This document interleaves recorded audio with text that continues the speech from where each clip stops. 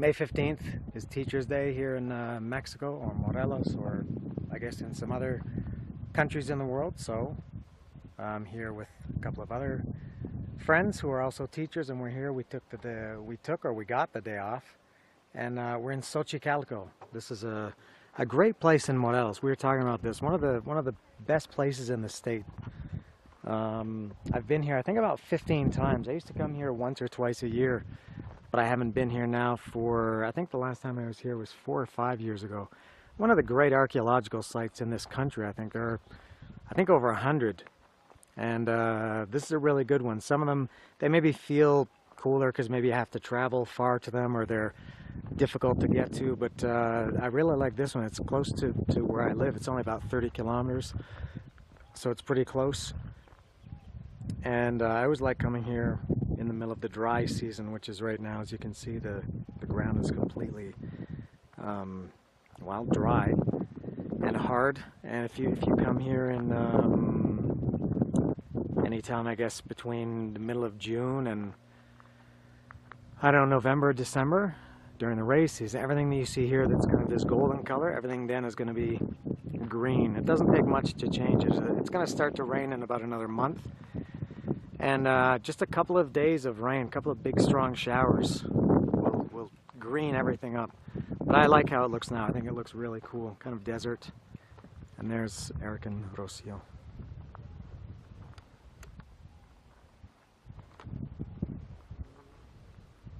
And kind of a good thing, bad thing about this site is, the good thing is there's very few people. I've come here, most of the time I've come here, been on weekends. And even on weekends, on Sundays when it's free, you don't see a lot of people here. It looks like this. This is a Wednesday, so it's going to be pretty empty. But so that's good, because I like places that are a little bit more quiet and people don't get in your way. But it's too bad that more people don't appreciate something like this or come see a place like this, because it's really cool. That's the museum of the site. It's, I think, 100% green. Not the color, but ecologically speaking. That's the main part of the museum there. Very good museum. These little sections. And the parking lot is there. There's those two big buses, and that's about it. There were only 4 private cars when we got here.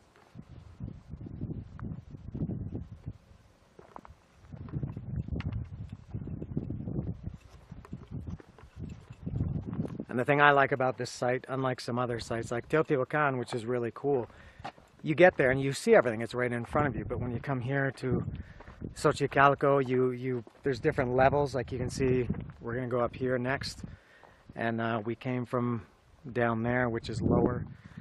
And so you go up and down levels, like Kramer, and you go around corners, and you see cool stuff. Just when you think you've seen the end of the site, you come around a corner and you see more.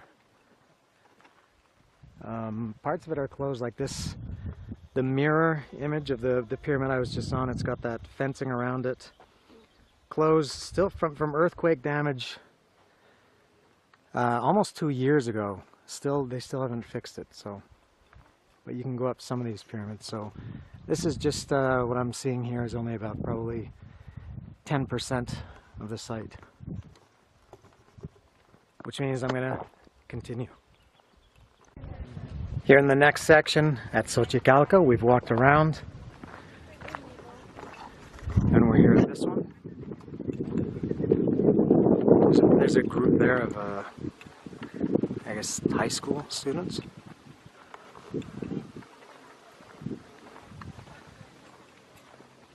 I'll go up here. It's hot today. I think maybe probably close to 40 degrees. And sunny and dry, at least. No humidity. It's not humid.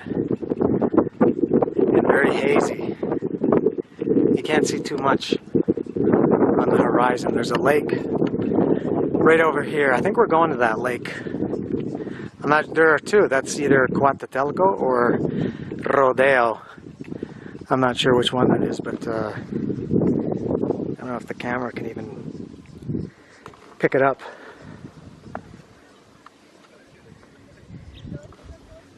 That's the section we were at in the first part of this video. But I was on the one on the other side, the one that faces this one that I'm showing now.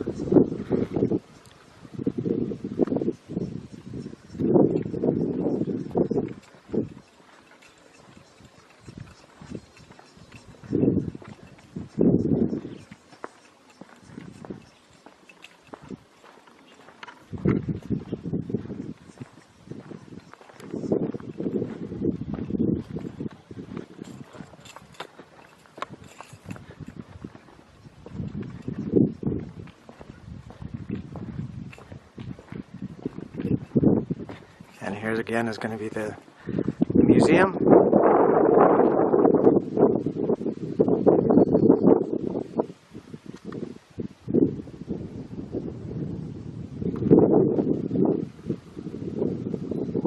And just a couple of stragglers there.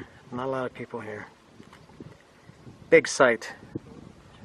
Really cool. I don't know how many people watch this video, but if you're watching this and you're from I guess for Mexicans, maybe this kind of thing is not that big a deal, but I think for me as a Canadian or as a Westerner, I think anybody, if you come from Canada, United States, Europe, I'm speaking only for myself and basing I think my thing is that I always think that if I think something, that's what everybody else thinks. The world would be such a great place if that were true. But based on what I think as a Canadian, I think, I mean, we don't have anything obviously like this in Canada. There's nothing like this in the United States. And so it's really cool to see these, I gotta watch my step, to see these sites that are, I can't remember how old this is when it's like 1,000 or 1,500 years old, something like that.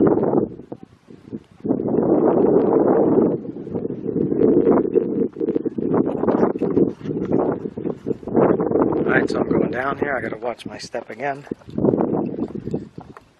Alright, then we're gonna continue.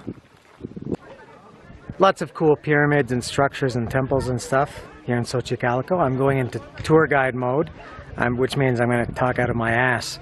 But in addition to all these, you know, buildings and temples and pyramids and everything, there's great stuff like this. Lots of these big agave plants. And I'm not going to talk so far out of my ass as to try to tell you what exactly kind of agave this is, but it is some type of agave, and it's pretty cool. Agave then I guess is a type of cactus, which they make tequila and mezcal from. Not I don't think these ones. Actually, I'm almost sure not these ones, but again, with the ass talking thing. There's a whole row of them. They go on like this. And I think everybody's probably heard of Quetzalcoatl. If you watch The Simpsons, you know Quetzalcoatl. And this is Quetzal. Is there a snake over there?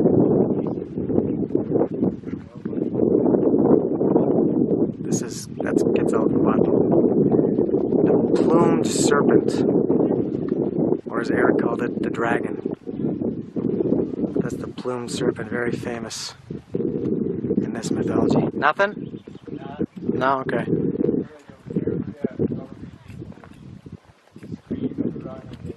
Yeah, maybe probably kill it. Oh yeah, and going back to the agave and cool stuff to see here. Eric saw he said the biggest snake he's ever seen in his life here some years ago. This whole thing is Quetzalcoatl going all the way around this pyramid or this temple. Yeah, he said the biggest snake he's ever seen. I guess it was a indigo snake. He said it was pure black, no markings, just pure black. Again, with the ass thing, I'm not a snake expert, but to me, I guess from what he said, that sounds like an indigo snake or a bull snake. I'm not sure if those are the same things. But, oh, here's the big group of I guess this is a bus, a group from those buses that I showed earlier. And lots of iguanas here. The first 10 or so times I came here, I always saw lots of iguanas, including some really big ones. I saw one that I was here with my parents, I think in like 2009 or something, and saw one I thought for a second there was a crocodile. My mother was terrified. It was just enormous. Easily, I don't know, 2 or 3 meters. Whoops. You can't walk around. You used to be able to walk around. But anyway, we've seen a couple of iguanas today. Not too big. Maybe like the size of your forearm, but I've seen some, excuse me, a lot of the ones I've seen are like a meter, pretty big, over 3 feet. But the last several times I've been here, I haven't seen any. But I did see a couple today. Hope to see a couple more, some big ones. Go down.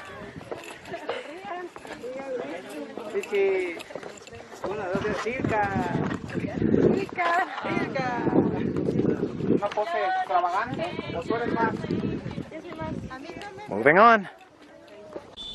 Well, the next part was supposed to be the observatorio, which is pretty cool. It's like an Indiana Jones style, it's kind of like a cave underneath one of the pyramids.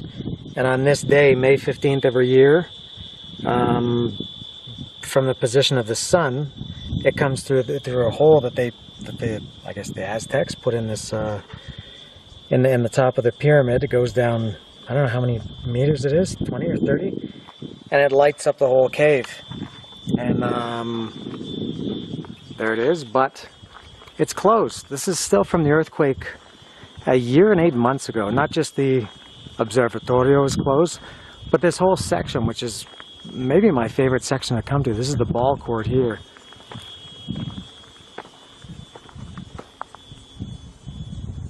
I always enjoy coming to this part, walking through the ball court, going to the back. That's where you see the big iguanas. That's where I saw that one that was, what did I say, 8 meters, 9 meters? And yeah, the whole section is closed, so that sucks. We knew the observatory was closed, they tell you that. But they closed this whole section. This is like a good, a pretty good chunk of the site, maybe like 15% of the site. And I don't know why. They're obviously, you can see they're not actively working on it. It's not like there's any walls or, you know, buildings or anything that could come crashing down. But, and I've been here many, many times. It looks exactly how it's always looked. So I don't know why they have it closed. And I don't know why it's, or I guess I don't know why it's closed for so long, a year and 8 months. It seems that they haven't done anything. So that cuts our trip short by probably half an hour or maybe more if the observatorio had been open. So I guess we're pretty much at the end of the line for Xochicalco. But we're going on to another archaeological site here not too far away, I think 10 or 15 kilometers away, called Xochicalco. And much smaller than this, but we're in the neighborhood, so we're going to go check it out. So that's Xochicalco today.